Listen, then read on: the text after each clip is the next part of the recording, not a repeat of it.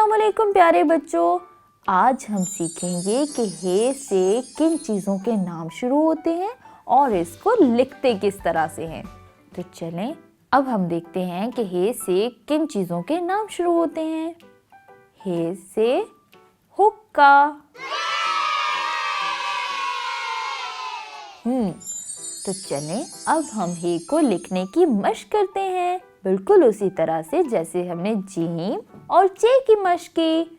सबसे ऊपर वाले नुक्ते पे अपनी पेंसिल रखेंगे और इस तरह से तमाम नुकात को आपस में मिला देंगे।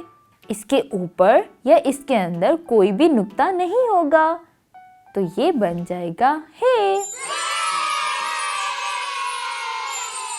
बिल्कुल इसी तरह से अब एक और हे लिखते हैं।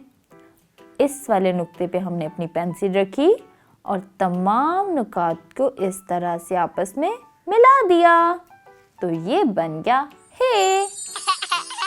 तो प्यारे बच्चों, आज हमने सीखा कि हे से किन चीज़ों के नाम शुरू होते हैं और इसको लिखते किस तरह से हैं। और अब आप बाकी तमाम हे की मशक करें और अपनी मामा को दिखाएं। अल्लाह हाफिज़।